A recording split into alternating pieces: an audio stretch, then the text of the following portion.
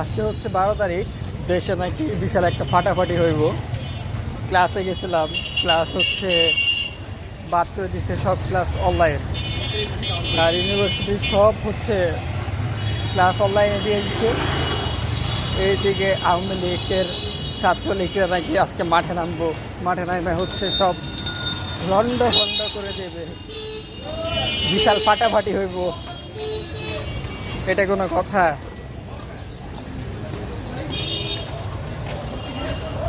ক্লাসে যেয়ে ঘুরে আসলাম,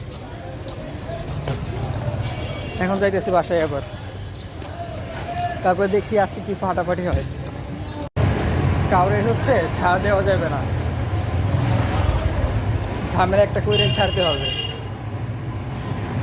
যেহেতু 12 তারিখ, আবার কালকে হচ্ছে 13 তারিখ, 13 তারিখে নাকি কি জানি দেশটা হচ্ছে গরম হয়ে আছে। খবর আছে, খবর আছে। ওই পাশে শাহবাগ বা সবখানে নাকি রাস্তাঘাট ব্লক হইতেছে, ক্লাস হচ্ছে সব বাদ, সব ইউনিভার্সিটির। কি একটা অবস্থা! আপনি ধরেন হচ্ছে হাঁটতেছেন একটা রাস্তা দিয়ে, পিছন দিকে দেখবেন একজনের ছুরি মেরে চিনিয়ে চলে গেছে।